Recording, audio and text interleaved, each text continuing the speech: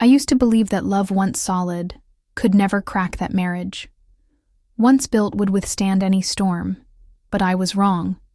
Love is not made of stone. It is made of glass. It shines brilliantly, under the right light, but the smallest fracture can spread until the whole thing shatters.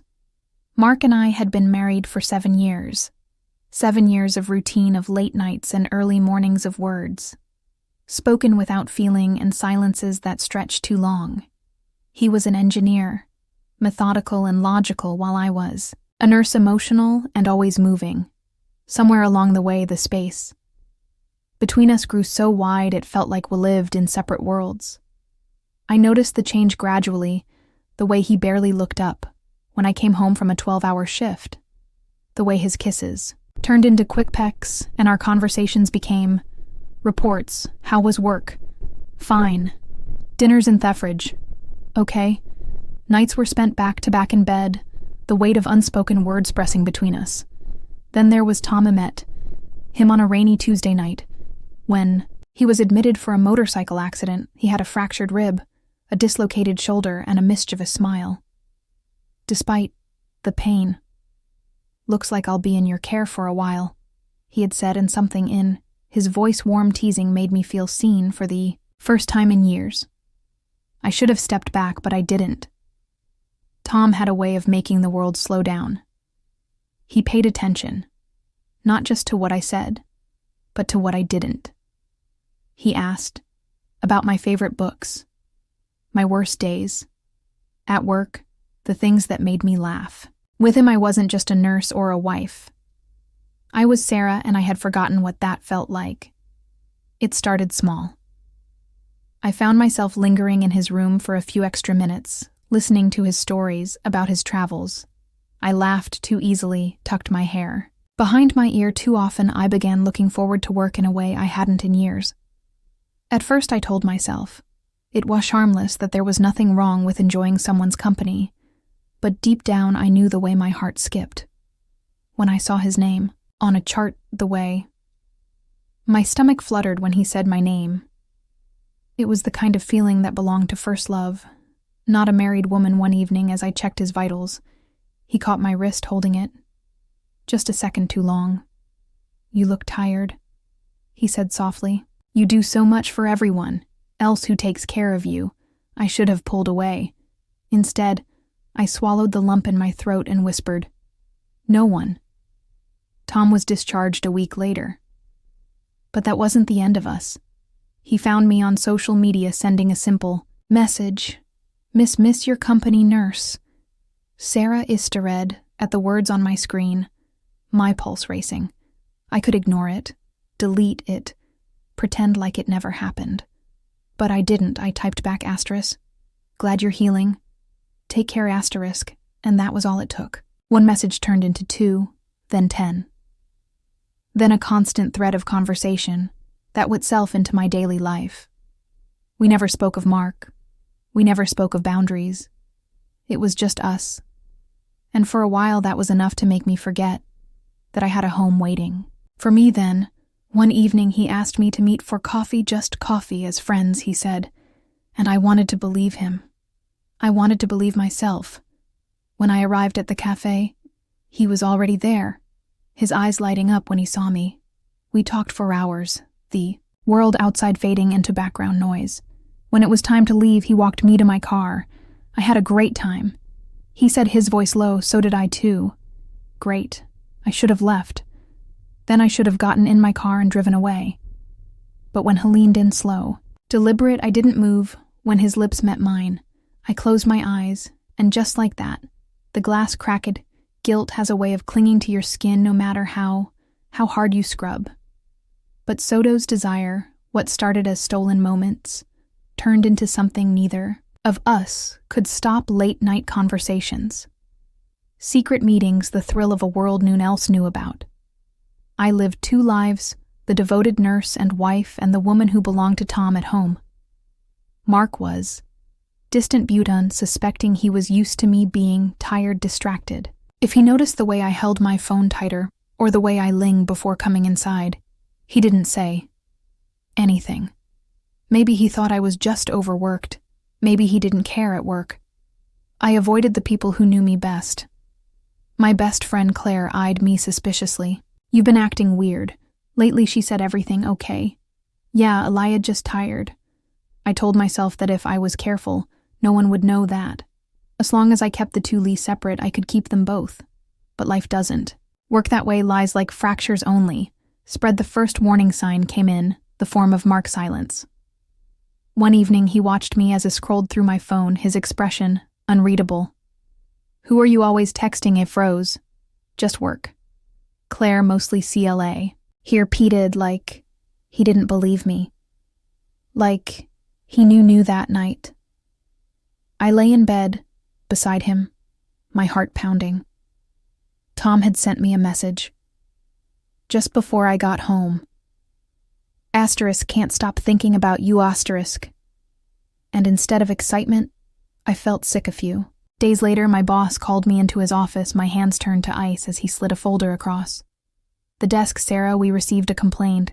They said an anonymous report about inappropriate contact with a patient." I felt the world tilt beneath me. "What? That's ridiculous." I stammered, but the words felt weak even as I spoke them. "He didn't look. Convinced I'm placing you on suspension effective." Immediately, I left the hospital in a daze, my head spinning. And when I walked through my front door, Mark was waiting, my phone in his hand, his face carved from stone. "You lied to me," he said. And just like that, everything fell apart. The silence that followed Mark's words was suffocating. My pulse roared in my ears. As I tried to process what was happening, he held my phone. In his hand, his knuckles white with tension. I didn't need to ask what he had seen. I already knew Mark. "Please," I began. But he cut me off with a sharp shake of his head. "Don't, just don't," he said, his voice thick with something between anger and pain. "How long? Sarah, how long have you been lying to me?" Tears burned at my eyes, but I swallowed them back. It wasn't. I stopped myself. What excuse could I possibly give that it wasn't real?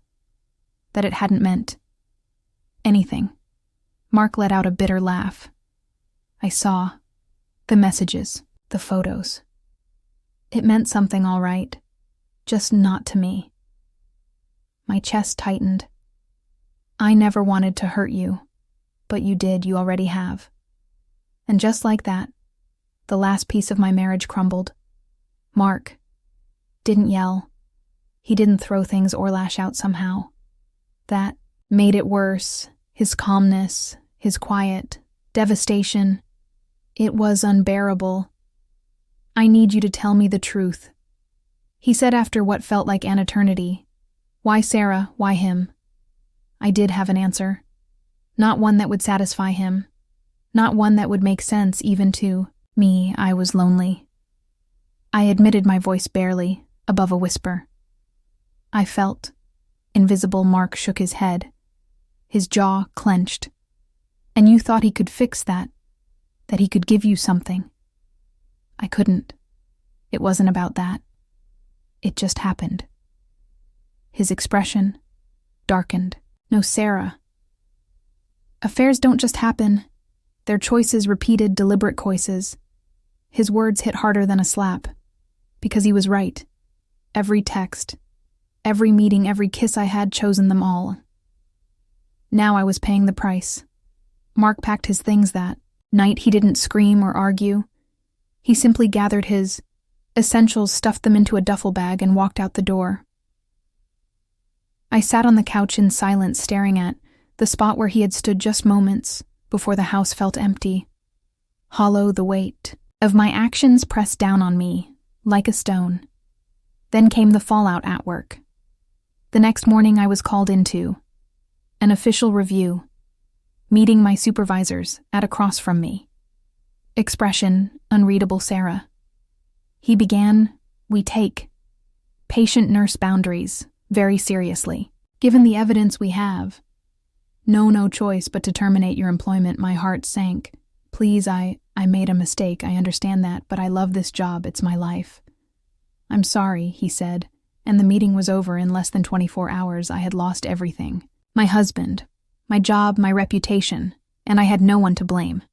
But myself the day that followed were a blur. I barely ate, barely slept. Every corner of the house was a reminder of what I'd lost. Mark's empty dresser, the cold, untouched side of the bed I considered, calling, Tom. But even the thought of him made my stomach turn. He had never been. The answer he had only been the distraction one evening. CLA showed up at my door. Enough of this, she said, pushing past me and into the house. You need to start rebuilding, I let out. A dry laugh. Rebuilding what? There's nothing left, she folded her arms. Then build something new. Get help. Go to therapy. Do something. Sarah. Her words settled in my chest like a stone. She was right. I couldn't stay like this. If I wanted a future, I had to start fighting for it. So I did therapy, washered, facing my own reflection, my own failures. It was brutal, but it was necessary.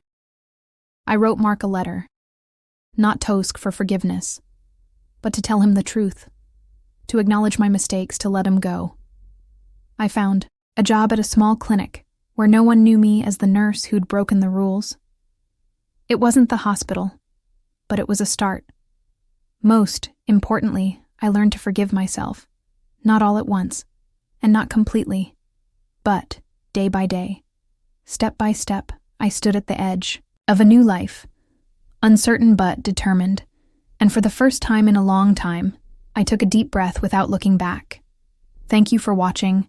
Don't forget to subscribe, like, and share.